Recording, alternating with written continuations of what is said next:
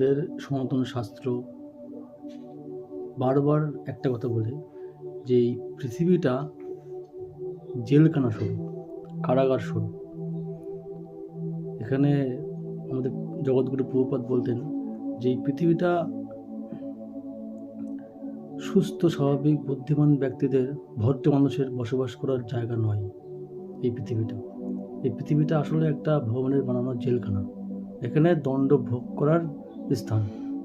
এই জেলখানায় থেকে 5 স্টার হোটেলের সুযোগ সুবিধা যদি কেউ পেতে চায় তবে সে হচ্ছে বড় মূর্খ। ভক্তরা এই কথাটাকে বারবার আমাদেরকে মনে করিয়ে দেয় যে এই পৃথিবীটা হচ্ছে একটা জেলখানা, এখানে সুখে বসবাস করার জায়গা নয়। কিন্তু সাধারণ মানুষ মনে করে কোথায় জেলখানা, কোথায় কারাগার, বেশ ভালোই আছি, সুখে আছি, খাচ্ছি যাচ্ছি, ঘুরে বেড়াচ্ছি, ব্যাস কিসের জেলখানা। প্রকৃতি তাই মানুষকে মনে করানোর জন্য যে এটা সত্যিই বাস্তবিক জেলখানা, তাই প্রকৃতি মনে করানোর জন্য, তার প্রমাণ দেওয়ার জন্য 100 বছর অন্তর অন্তর মহামারী আর 50 বছর অন্তর অন্তর যুদ্ধ, মহামারী, রোগ, এই সবগুলো দিয়ে দেয়। তখন মানুষ ভগবানকে ডাকে যে মানুষের তখন কিছু করার থাকে না, যেটা আজকে বাংলাদেশে এই যুদ্ধটা হচ্ছে। নিজের দেশের মানুষকে কেটে ফেলছে। এরকম গরু ছাগল যেমন কেটে ঝুলাই দেয় না মেরে, ঠিক সেরকম মানুষকে মেরে কেটে ঝুলে রাখছে। বাদ বাকি মানুষ দেখছে, খুব জোর ফটো তুলছে, ভিডিও করছে, আর কিছু করছে না। তাই ভগবানকে যারা অবজ্ঞা করে, যারা প্রকৃতিকে যথেচ্ছভাবে ব্যবহার করে, প্রকৃতি প্রমাণ দেওয়ার জন্য যে সত্যিই এটা ভগবানের বানানো জেলখানা, তাই দণ্ডস্বরূপ ভগবান মানুষের মধ্যে এই যুদ্ধ, মহামারী, এই সমস্তগুলি সামনে এনে দেয়। এই যে পরিস্থিতি একটাই সমাধান আর একটাই কারণ।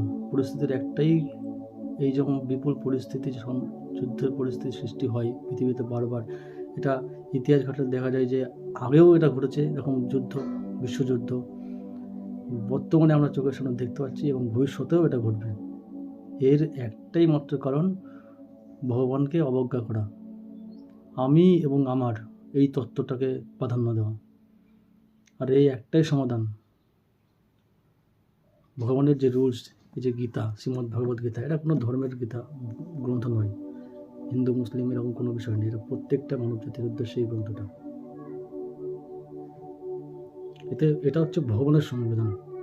কখনো কখনো যুদ্ধের পরিস্থিতি সৃষ্টি হলে দেশের সংবিধান, দেশের আইন, প্রশাসন সবকিছু লুপ্ত হয়ে যায়, কিন্তু এই যে সংবিধানটা, ভগবানের বানানো সংবিধান, এটা কখনো লুপ্ত হয় না। এই নিয়ম প্রত্যেক শ্রেণীর মানুষের মধ্যে কার্যকরী আছে, সে যেই ধর্মের হোক না কেন, প্রত্যেকটা মানুষের উপর এই সংবিধানের নিয়ম কার্যকর।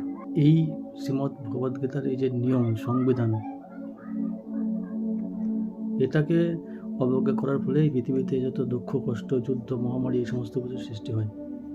এর একটাই সমাধান আছে, ভগবানের এই নিয়মগুলি মেনে চলা, ভগবানের সঙ্গে লুপ্ত হওয়া যে সম্পর্ক, সেটাকে পুনঃপ্রতিষ্ঠা করা।